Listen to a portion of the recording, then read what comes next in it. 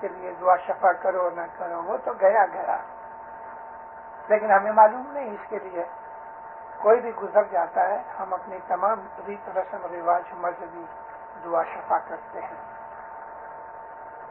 بہت دفعہ ایسے لوگ جو لو کلاس کے ہوتے ہیں ان کو موت کے وقت ڈیٹینشن میں رکھا جاتا ہے، ٹھہرو، تو وہ لوگ ٹھہرتے ہیں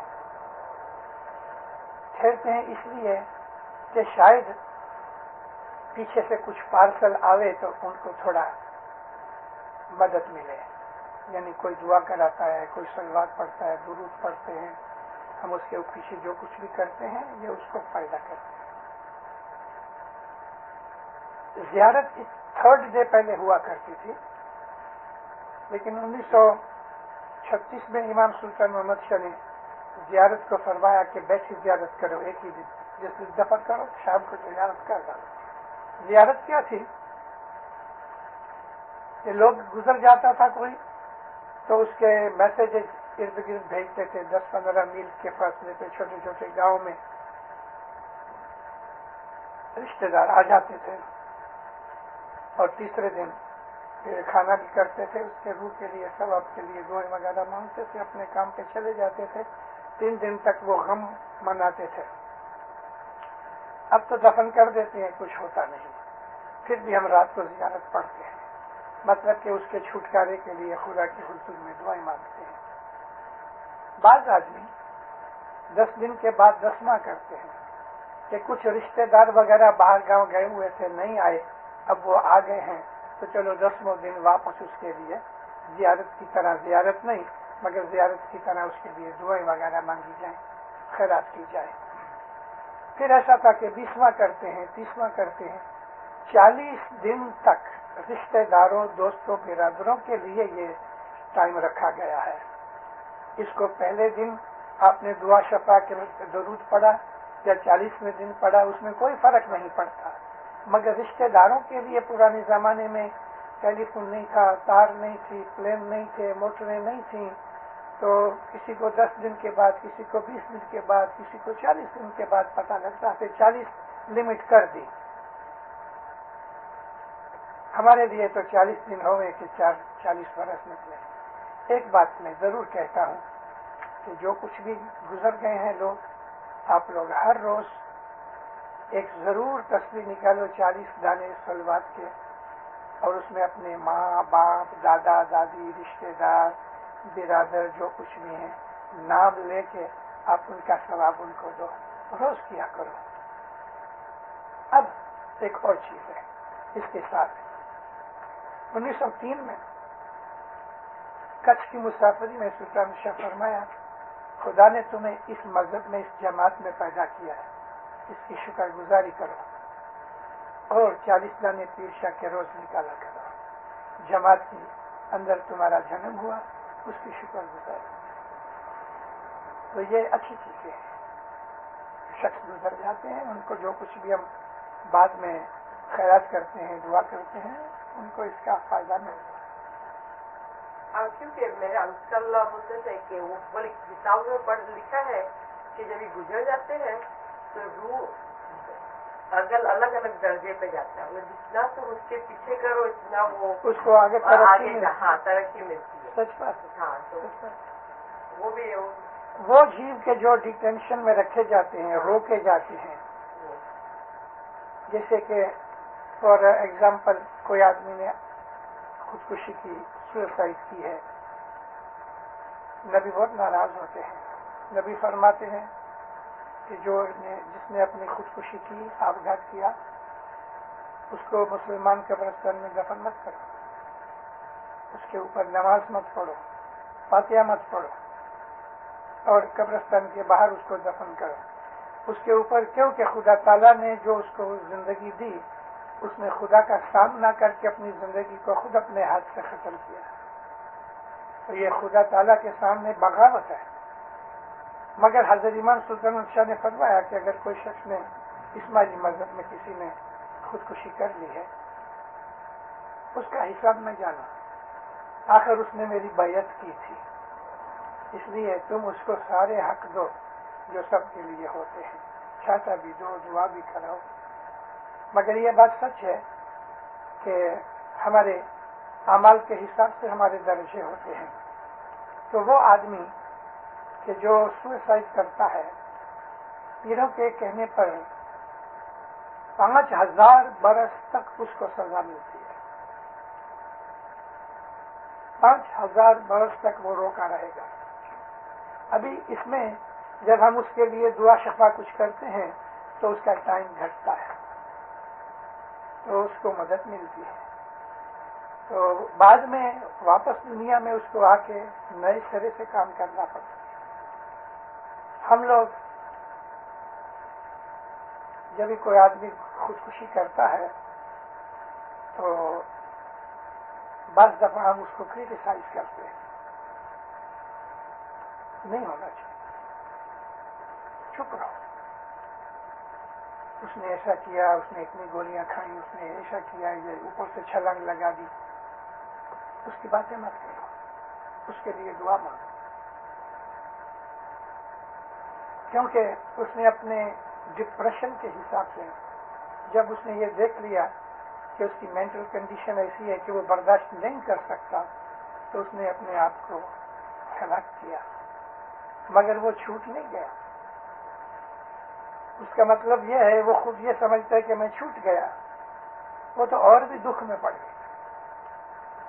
تو اس کے لیے ہمیشہ کسی کی ایسی خبر سنو تو کہو یا مولا اس کے اوپر رحم کرو۔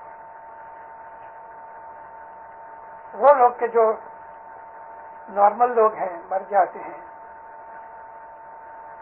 اگر تھوڑی سی مسٹیکس ہوتی ہیں تو جو کچھ بھی بعد میں ہم اس کے لیے دعا شفا کرتے ہیں اس کو چھٹکارا ملتا ہے۔ اس میں خاص طور پہ درود جو ہے صلوات، سلطان شاہ کے فرمان میں ہے کہ مرنے والے کے لیے بہت صلوات پڑھو، کہ صلوات پڑھنے سے اس کے جیو کا چھٹکارا۔ اور ویسے بھی اپنے لیے بھی مولا فرماتے ہیں کہ تم ہر روز خوب درود پڑھو، صلوات بہت پڑھو، کیونکہ دن بدن تمہارا ایمان مضبوط ہوگا، تم کو طاقت آئے گی، اور جب بھی تم دنیا سے جاؤ گے تو تم بہشت میں جاؤ گے، تمہیں دکھ نہیں ہوگا۔ باقی تو انسان کے اعمال کے اوپر درجے ملتے ہیں، موت کا وقت، موت کے بعد دنیا میں اس نے کیا کیا، اس حساب سے اس کی ایگزامینیشن ہوتی ہے۔ لڑکا کھیلتا رہا، کوئی لیسن نہیں کیا، اب وہ ناپاس ہوئے تو کوئی نائی کی بات نہیں ہے، تو اگر وہ پاس ہو گیا تو مطلب کہ اس نے کچھ محنت کی ہے، یاد کیا ہے۔ پھر کوئی تو لوئسٹ نمبر پہ پاس ہوتا ہے، تو کوئی ایسا پاس ہوتا ہے کہ ٹاپ میں آتا ہے، بالکل ایسا ہے ہمارا حساب۔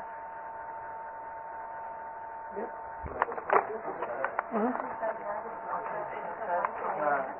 طرح نیت کو زیادہ دن تک رکھنا نہیں چاہیے۔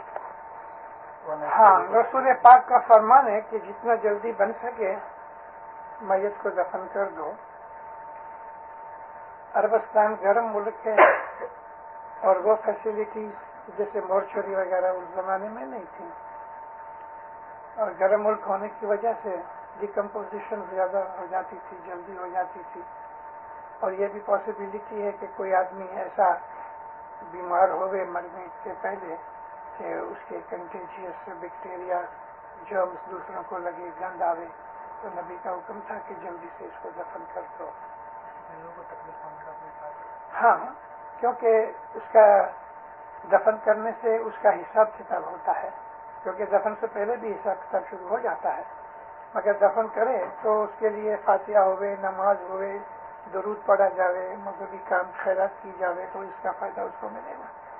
مگر یہاں کبھی کبھی کیا ہوتا ہے کہ کسی کا باپ گزر گیا، بیٹا لندن میں بیٹھا ہے، تو وہ چاہتا ہے کہ میں یہاں ہوں، تو ہم اس کو برف میں رکھ دیتے ہیں، مورچوری میں، کولڈ اسٹوریج میں، پھر وہ دوسرے تیسرے دن آ جاوے۔ مگر اس میں کوئی خراب نہیں، لیکن حقیقت یہ ہے کہ جتنا جلدی بنے ہم اس کو دفن کر دیں تو اچھا ہے۔